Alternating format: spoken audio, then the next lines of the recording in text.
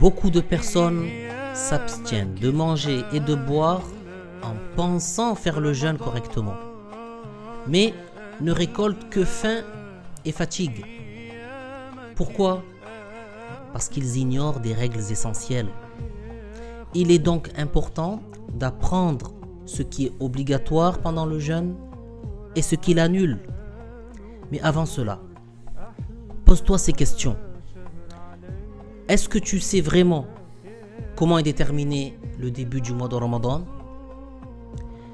Est-ce que tu connais ce que signifie Al-Imsak, Al-Fajr et Al-Maghrib? Est-ce que tu es sûr de bien comprendre quand commence une journée de jeûne et quand elle se termine? Et est-ce qu'on peut se fier à n'importe quel calendrier pour ça? Le jeûne, ce n'est pas juste s'abstenir de manger et de boire. C'est une adoration majeure, un des 5 principaux devoirs de l'islam. Et ça, on ne peut pas se permettre de le négliger. Alors, retrouve-nous dans notre émission de Radio Sunnite spéciale Ramadan. On t'expliquera ces règles fondamentales.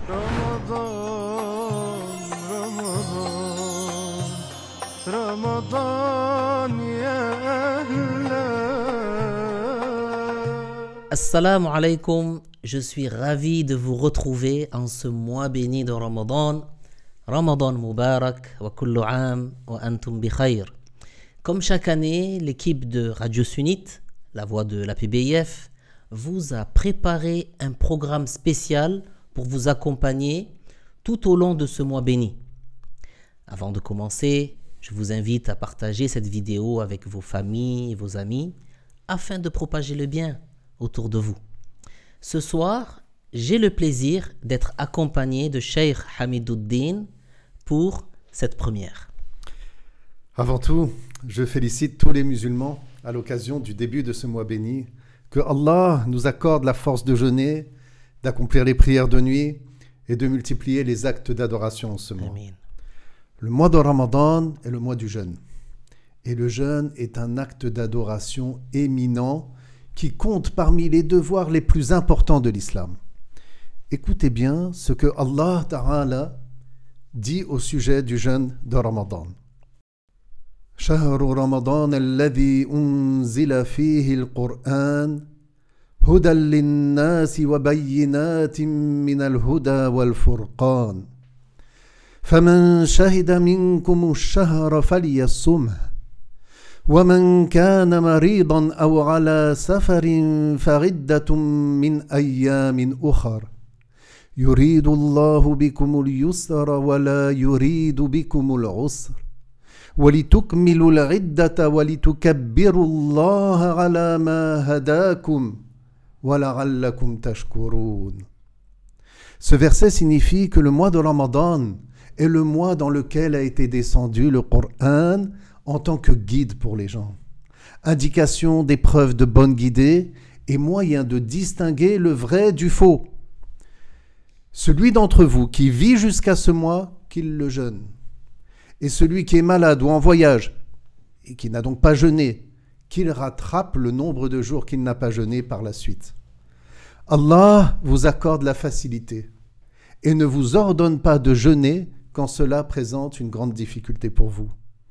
Allah vous ordonne de rattraper les jours que vous n'avez pas jeûné en raison d'une maladie ou d'un voyage et de glorifier Allah pour la foi qu'il vous a accordée afin de le remercier.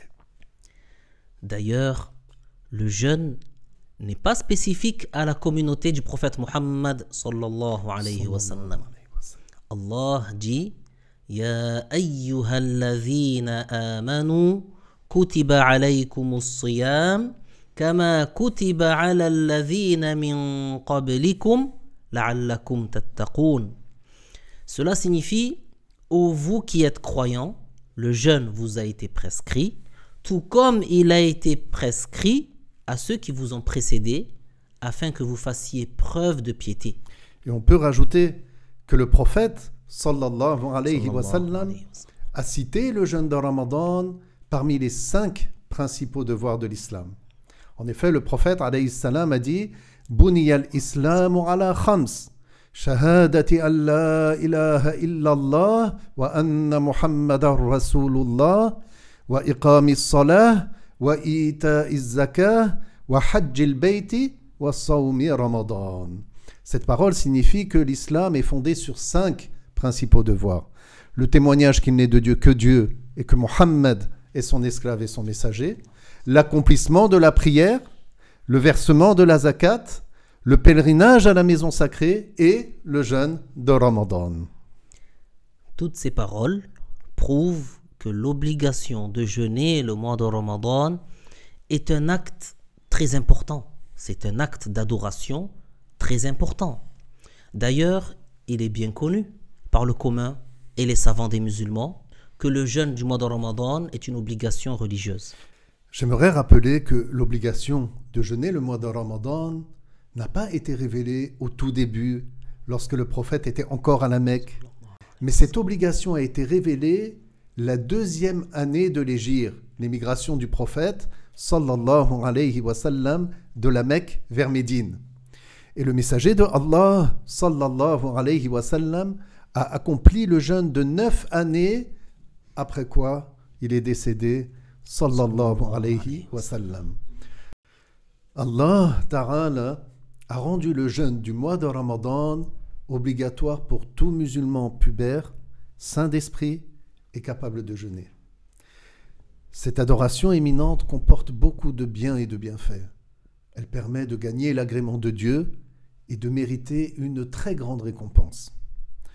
Le prophète, sallallahu alayhi wa sallam, a dit « Kullu hasanatin bi'ashri amthaliha ila sabri mi'ati di'af illa siyam fa innahu li wa ana ajzi bih » Cette parole est un hadith qudsi, c'est-à-dire le prophète, sallallahu alayhi wa sallam, dit que Dieu dit, Allah Ta'ala dit, chaque bonne action en vaut 10 et peut être récompensée jusqu'à 700 fois, hormis le jeûne, il est certes pour moi et c'est moi qui en accorde la récompense correspondante.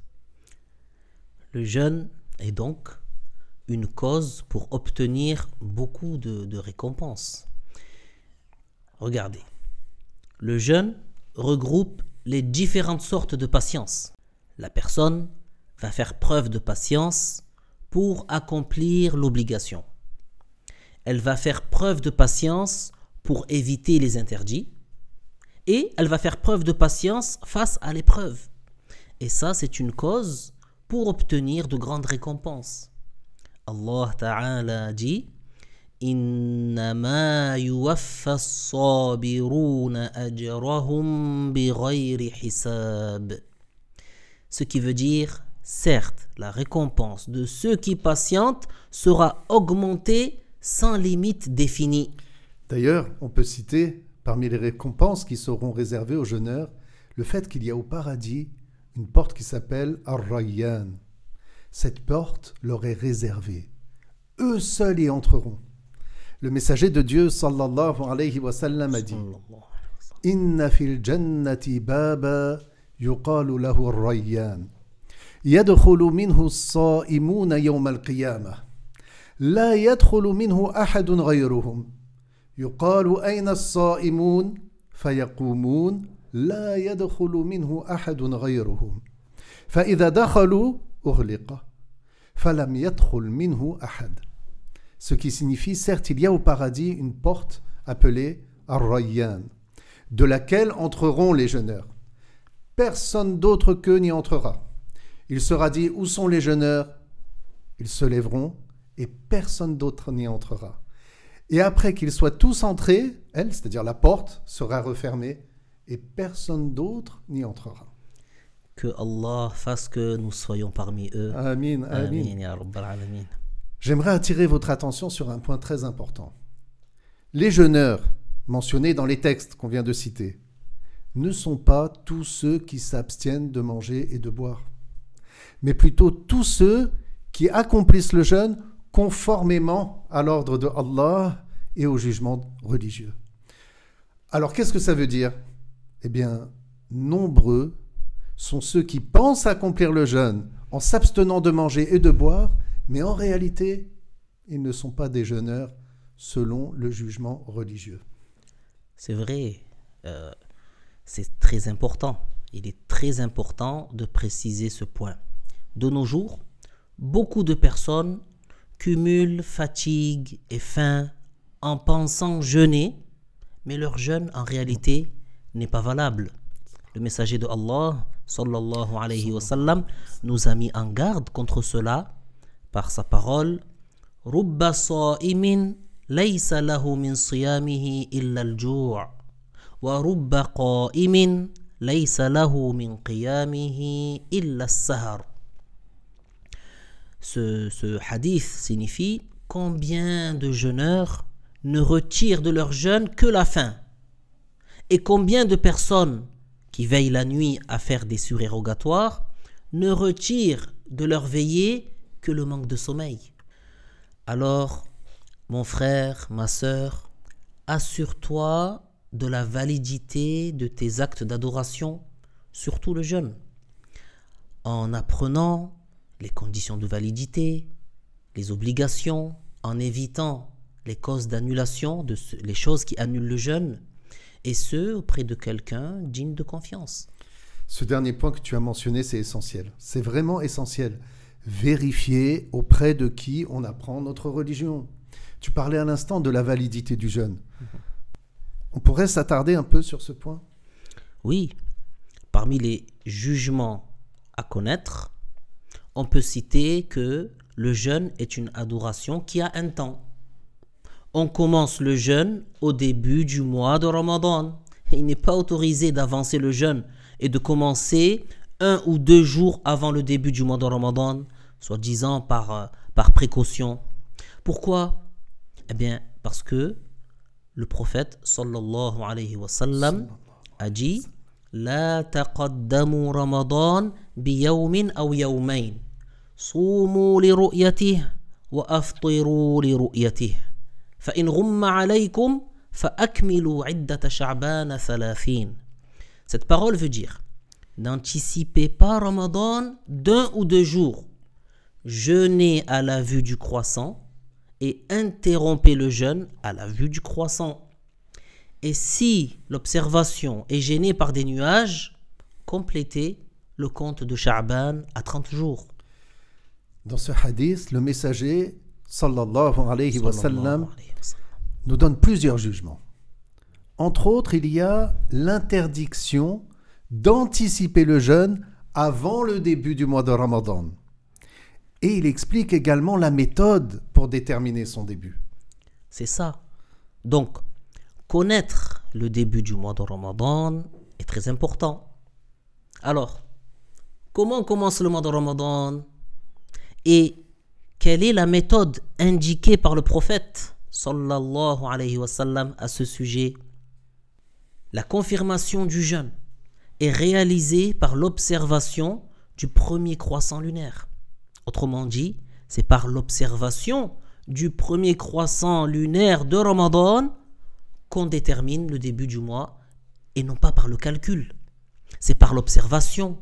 C'est par l'observation du premier croissant lunaire de Ramadan à l'œil nu. Voilà la méthode indiquée par le prophète sallallahu alayhi wa sallam. Et les musulmans l'ont prise de lui et ils ont œuvré conformément à cette méthode depuis l'époque du prophète sallallahu alayhi wa sallam jusqu'à nos jours. On peut rajouter, suite à l'explication que tu viens de nous donner, une petite précision mais qui est importante. Cette méthode enseignée par le prophète lui-même sallallahu alayhi wa sallam est fondée sur l'observation du croissant lunaire à l'œil nu dans les villes, les villages et les campagnes, et ce, après le coucher du soleil du 29e jour de Sha'ban. Oui, effectivement. Tu fais bien d'apporter cette précision. Il y a des gens qui annoncent le début du mois de Ramadan des jours, voire des mois avant le coucher du soleil du 29e jour de Sha'ban. La parole de ces gens-là n'est pas à prendre en compte, bien plus, elle est à rejeter.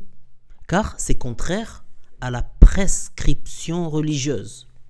Et il s'agit là d'une mauvaise innovation.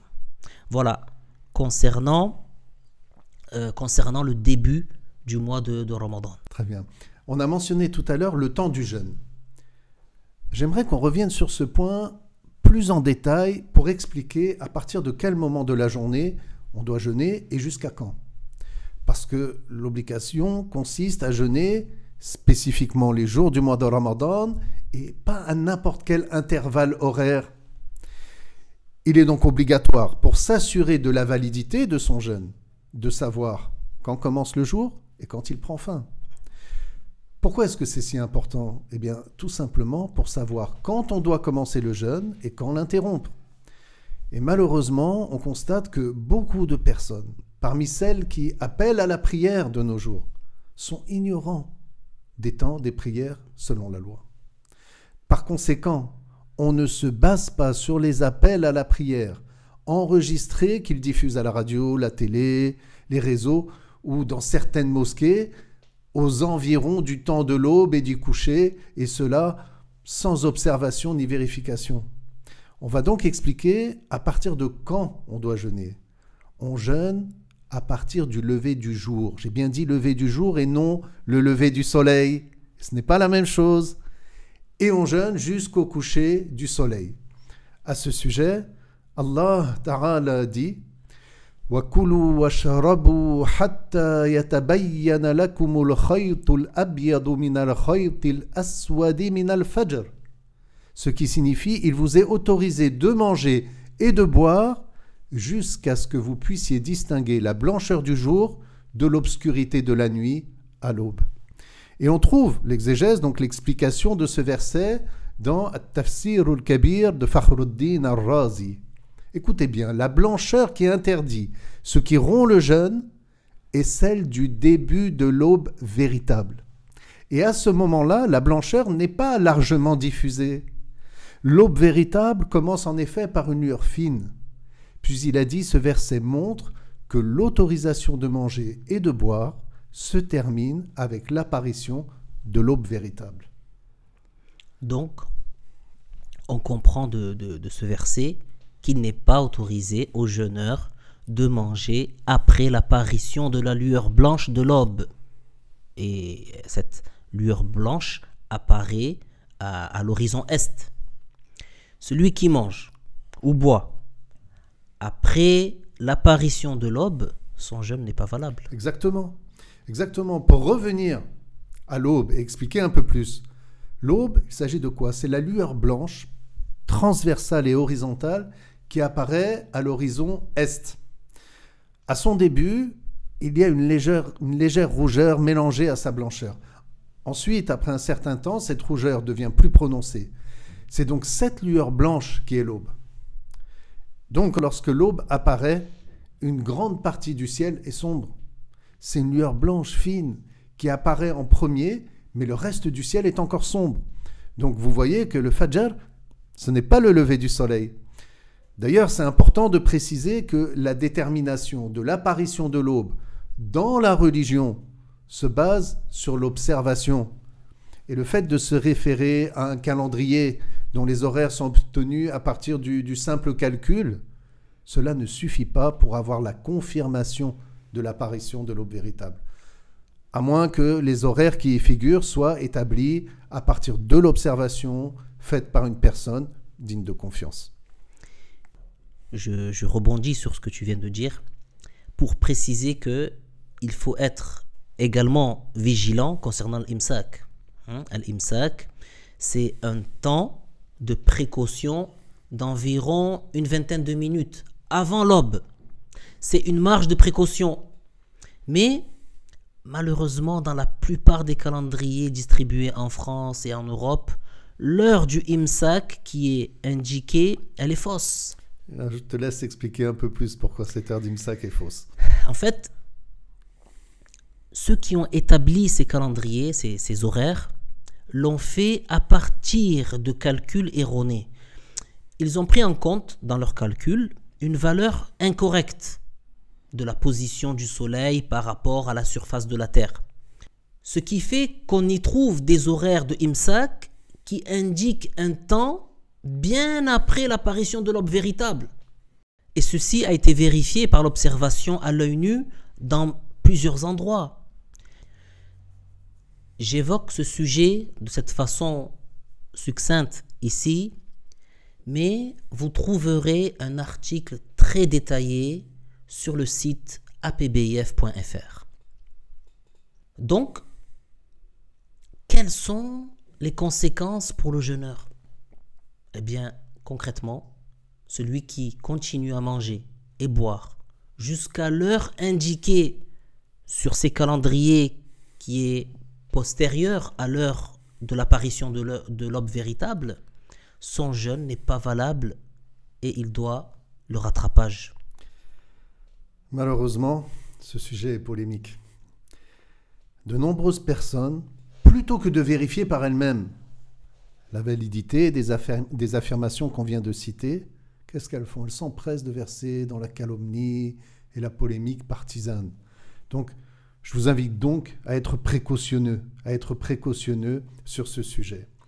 Donc, maintenant qu'on a bien expliqué à quel moment on commence à jeûner, on va parler du moment de la rupture du jeûne. Allah Ta'ala dit « Thumma atimmu siyama ila al-layl » ce qui signifie « et poursuivez le jeûne jusqu'à la nuit ».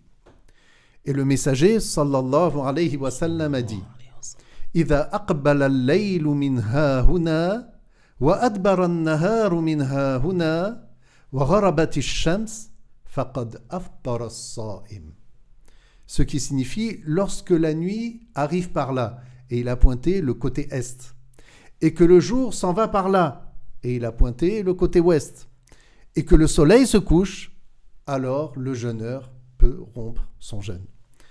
On en comprend donc que l'on doit jeûner jusqu'au coucher du soleil et qu'il n'est pas permis de rompre son jeûne avant cela. Et le coucher du soleil, le coucher, c'est la disparition de la totalité du disque solaire.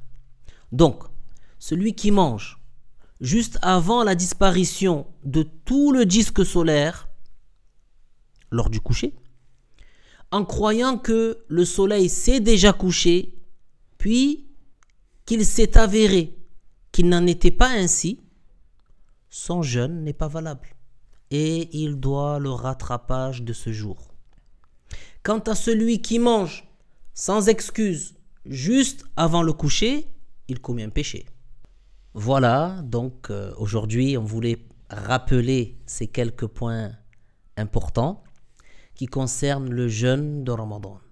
Vous trouverez sur la chaîne YouTube APBIF de nombreux cours consacrés aux lois du jeûne, que ce soit les piliers du jeûne, ou bien ce qui annule le jeûne, qui a le droit de ne pas jeûner, et que faire dans chaque cas.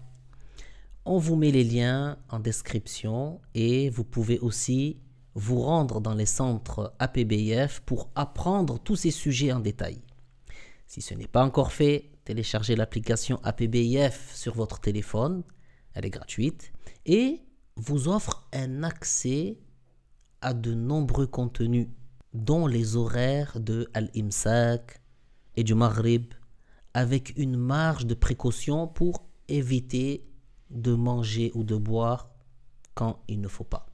Voilà, et retrouvez le programme spécial Ramadan de Radio Sunnite dès demain.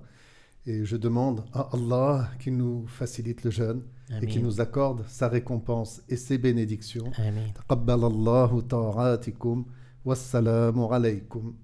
Ramadan, Ramadan, Ramadan.